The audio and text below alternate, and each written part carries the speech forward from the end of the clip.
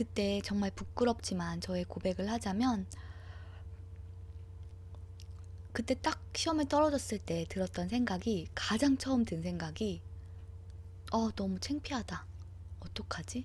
였어요. 다른 사람들이 나를 어떻게 볼까? 였어요.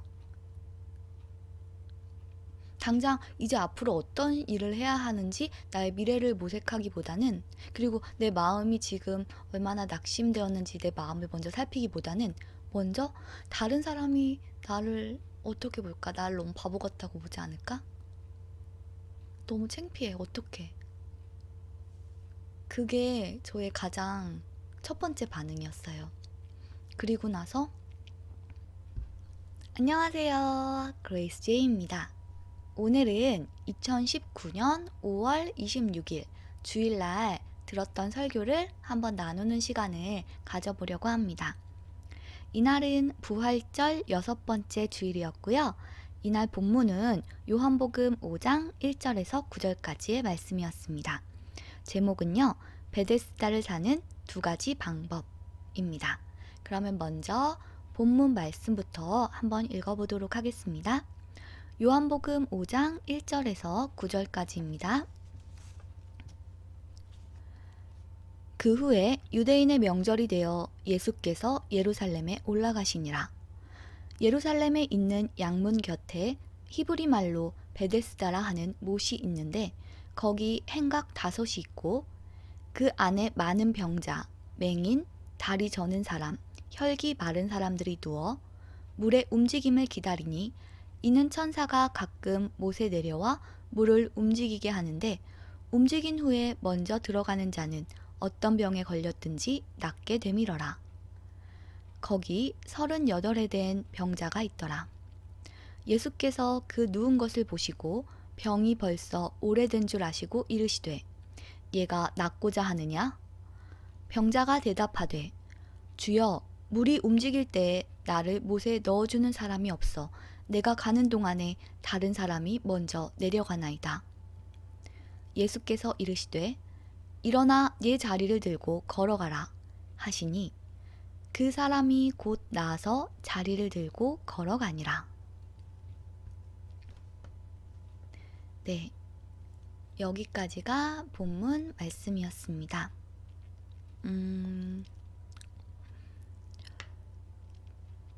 여기서 우리가 잘 알고 있는 베데스다가 나오는데요. 사실 베데스다라는 이 이름 자체는 벳 플러스 헤세드, 헤세드라는 그 은혜, 자비라는 뜻이 합쳐져서 자비와 치유의 집, 은혜의 집이라는 뜻이라고 합니다. 그런데 여기 보면 3절에서 4절까지 이렇게 꺽쇠가 나와요. 성경에도 이렇게 가로 꺽쇠가 대가로가 나오잖아요. 그 안에 있는 그 말은 베데스다에서 전해 내려오는 그런 이야기였다고 합니다. 이게 뭐 진실이 아니고요. 어떤 성경 말씀이나 하나님 말씀이 아니라 이 당시에 베데스다라는 그곳에서, 그 곳에 대해서 전해 내려오는 그런 이야기들, 그 이야기에 대한 내용입니다. 그리고 예수님께서 잘 아시다시피 베데스다에 그 누워있던 38년 된 병자에게 말씀하십니다. 네 자리를 들고 걸어가라. 즉, 여기서 나가라. 이 말씀이죠. 그러니까 그 사람이 곧 나아서 자리를 들고 걸어갑니다. 즉, 그곳에서 나갑니다. 먼저 목사님께서는 그런 말씀을 하셨어요. 기독교의 목적이 무엇이라고 생각하는가? 기독교의 목적이 무엇이라고 생각하는가? 기독교는요, 기복신앙은 잘못된 거예요. 기독교는 복을 비는 종교가 아니라고 하시더라고요. 기독교는 진짜를 찾는 종교고요. 진리를 구하는 종교입니다. 복을 비는 종교가 아니고요. 진짜를 찾고 진리를 구하는 종교입니다. 여기서 진짜라는 것은요, 삶의 의미, 가치, 생명을 의미합니다. 그리고 우리가 창조 당시의 모습으로 회복되어진다는 것이 어떤 것인가? 그것을 찾고 구하는 종교가 바로 기독교입니다. 그런데 지금은 기독교가 많이 변질이 돼서 단순히 복을 구하는 그런 기복신앙이 되어버렸죠. 정말 가슴 아픈 일인데요. 이 베데스다에 많은 병자, 맹인, 다리 저는 사람, 혈기 마른 사람들이 그곳에 누워 있다고 나옵니다. 연약한 사람들이죠. 부족함이 있는 그런 사람들입니다. 이 사람들을 보면서 사실은 우리도 그런 사람들이잖아요. 다 연약함이 있고 실수하는 부분이 있고 단점이 있는 그런 사람들인데, 우리가 생각해 보아야 할 점은 우리는 이런 우리의 연약함을 어떻게 처리하고 있는지, 우리가 가지고 있는 연약함, 단점, 그런 약점들을 우리는 어떻게 처리하고 있는지, 어떤 방식으로 이것들을 처리하고 있는지를 한번 생각해 보아야 한다고 말씀을 하셨어요. 사람들은요, 어떤 안 좋은 일이 생겼을 때, 자신이 어떤 잘못을 해서 나쁜 일이 발생했을 때 그것을 누군가에게 책임 전가하려는 그런 본능이 있다고 해요. 바로 죄의 본능인데요. 그렇기 때문에 핑계를 대고 변명을 하는 거죠. 남 탓을 하고 환경 탓을 하고, 이건 내가 잘못해서 그런 게 아니라 누구누구 때문에 그래. 사회적인 환경이, 나를 둘러싸고 있는 환경이 이렇게 했기 때문에 내가 이렇게 할 수밖에 없었어 라고 책임을 전가하려는 본능이 있다고 합니다. 아니면 다른 사람과 비교하면서 나만 그러는 거 아니야, 다른 사람들도 다 그러는데 뭘, 이렇게 하려고 하는데요. 이렇게 누군가에게 책임을 전가하려고 하거나 다른 사람도 다 그렇다고 하면서 자신을 정당화하는 것, 남과 비교함으로써 자신을 정당화하는 것, 이것이 바로 지난 시간에도 말씀드렸다시피 게슈탈트 심리학에서는 병적인 투사라고 봅니다.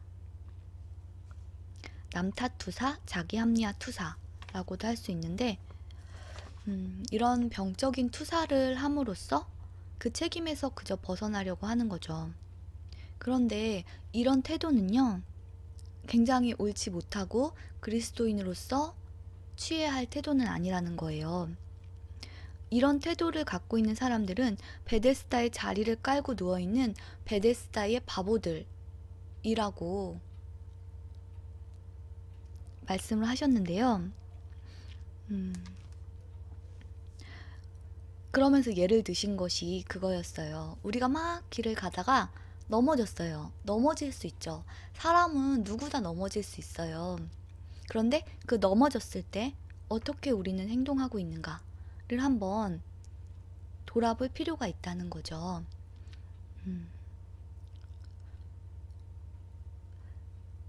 우리가 길을 가다가 넘어졌을 때 할 수 있는 가장 이상적인 그런 행동은 일어나면 돼요. 넘어질 수 있는데 일어나면 돼요. 벌떡 일어나고 일어나는데 집중을 하고, 또 내가 다쳤나 다치지 않았나 나의 상태를 한번 확인해 보고, 다친 곳이 있으면 이제 치료를 빨리 해야 되고요. 그리고 다치지 않았다면 다시 앞을 보고 내가 가려고 하는 그 방향으로 나아가면 됩니다. 그게 가장 건강하고 바람직한 행동이죠. 그런데 많은 사람들은 그렇게 행동하지 않고요. 딱 넘어지면 곧바로 드는 생각이, 창피해. 어떡해. 다른 사람들이 나를 어떻게 보나? 날 이상하게 보면 어떡하지? 나를 바보 같다고 생각하면 어떡하지? 라고 하면서 다른 사람의 시선을 의식한다는 거예요. 그리고 다른 사람과 비교합니다. 쟤는 안 넘어졌는데? 얘도 안 넘어졌는데? 나만 넘어졌네? 나만 너무 바보 같아. 다들 잘 걸어가고 있는데 나만 넘어졌잖아? 라고 하면서 다른 사람이랑 비교를 한다는 거예요. 그런데 그럴 필요가 없어요.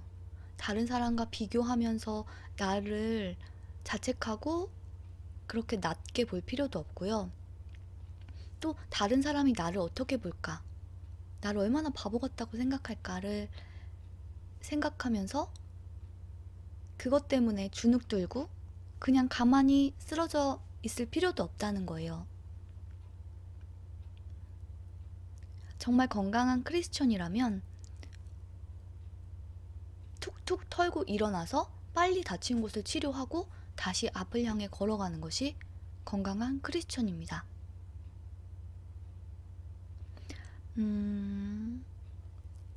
이 말씀을 들으면서 사실 저는 되게 많이 찔렸어요. 저에겐 되게 많은 찔림이 있었어요. 제가 바로 그런 인생을 살았던 것 같더라고요.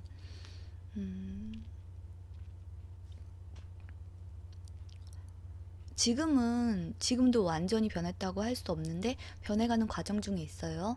그런데 예전에 저의 모습을 살펴보면 제가 얼마나 다른 사람의 시선을 의식하고 살았는지, 정말 중요한 건 그게 아닌데 거기에 얼마나 많은 시간을 빼앗겼었는지, 그리고 그것 때문에 스스로 얼마나 상처를 받고 힘들어하면서 많은 시간을 버리고 소모했었는지, 그리고 다른 사람의 탓을 하면서 내 탓이 아니라고 그렇게 하면서 나의 위안을 삼아왔는지, 그 모습이 바로 저더라고요. 제가 오랫동안 준비했던 시험에 떨어졌었어요. 참 오랫동안 준비를 했는데 그 시험에 결국은 안 됐거든요. 근데 그때 정말 부끄럽지만 저의 고백을 하자면, 그때 딱 시험에 떨어졌을 때 들었던 생각이, 가장 처음 든 생각이 너무 창피하다. 어떡하지? 였어요. 다른 사람들이 나를 어떻게 볼까? 였어요. 당장 이제 앞으로 어떤 일을 해야 하는지 나의 미래를 모색하기보다는, 그리고 내 마음이 지금 얼마나 낙심되었는지 내 마음을 먼저 살피기보다는 먼저 다른 사람이 나를 어떻게 볼까? 나를 너무 바보 같다고 보지 않을까? 너무 창피해. 어떡해. 그게 저의 가장 첫 번째 반응이었어요. 그리고 나서 두 번째로는 책임 전가였어요. 사실은 제가 그 시험을 준비하게 된 데는 많은 이유들이 있었지만, 그 중에 또 하나의 이유에는 저희 부모님께서도 그 길을 좋게 생각하셨어요. 그래서 준비한 것도 있거든요. 물론 어떤 강요도 없었고 그랬습니다. 제가 선택한 거예요. 부모님들은 그 길을 좋게 생각하셨지만 저보고 그 길을 가라고 하신 적도 없고요. 그런데도 불구하고 제가 특별히 다른 어떤 것을 더 좋아하는 게 없었기 때문에, 그리고 다른 것에 대한 어떤 열망? 그런 것이 없었기 때문에 다른 사람들도 다 좋다고 생각하고 부모님도 좋아하시는 그 길을 가면 나도 좋을 것 같아서 그래서 선택을 한 거예요. 그런데 이제 오랫동안 시험을 준비하고 오랫동안 그 시간을 들였죠. 시간과 노력을 들였고, 그랬음에도 불구하고 그것이 실패했을 때 제가 부모님을 원망하더라고요. 정말 그러면 안 되는데 부모님을 원망하고 있는 제 모습을 발견했어요.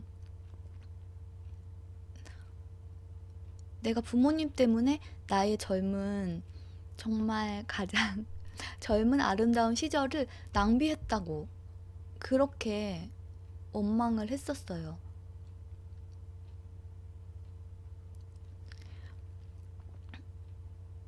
정말 어떻게 보면 너무나 배은망덕한 행위죠. 말도 안 되는 거고, 이건 누가 강요한 것도 아니고, 어떻게 보면 저희 부모님께서는 저를 위해서 되게 희생을 하신 거잖아요.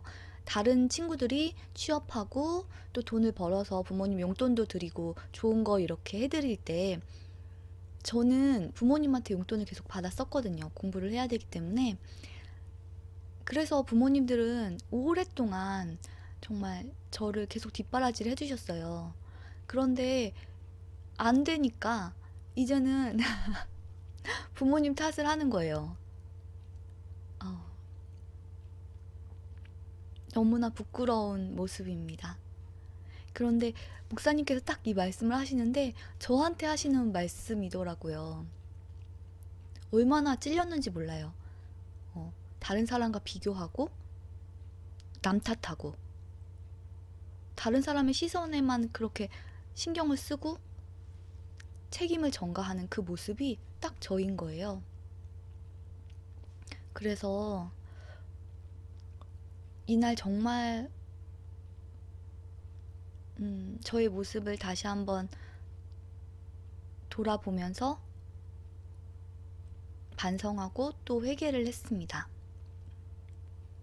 그 베데스다에 내려오는 그 전설, 그런 것들을 믿고 그곳에 앉아있는 사람들, 남 탓을 하면서 책임 전가를 하거나 혹은 남의 시선에만 급급해서 남들도 다 그렇다는 그런 자기 합리화를 하거나, 그거는 건강하지 못해요. 그거는 정말 건강하지 못합니다. 이런 사람들을 보면서 예수님께서는 이렇게 말씀하고 계십니다. 내 자리를 들고 걸어가라. 여기서 나가라. 더 이상 여기 있지 말고 이 말도 안 되는 미신, 환상에 사로잡혀서 여기 있지 말고 나가. 나가서 너의 삶을 살아.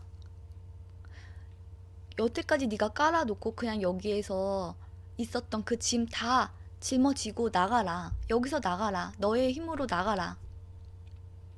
다른 사람 탓하지 말고 하나님 탓하지 말고 너의 힘으로 최선을 다해서 책임지는 그런 삶을 살아. 물론 그럴 때 주님께서는 우리에게 우리의 삶을 잘 살아갈 수 있는 힘을 주세요.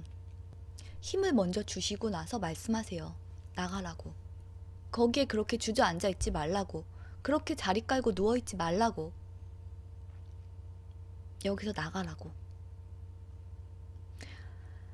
이 자리에서 지금 자리를 박차고 나가라는 예수님의 음성이 들리시나요?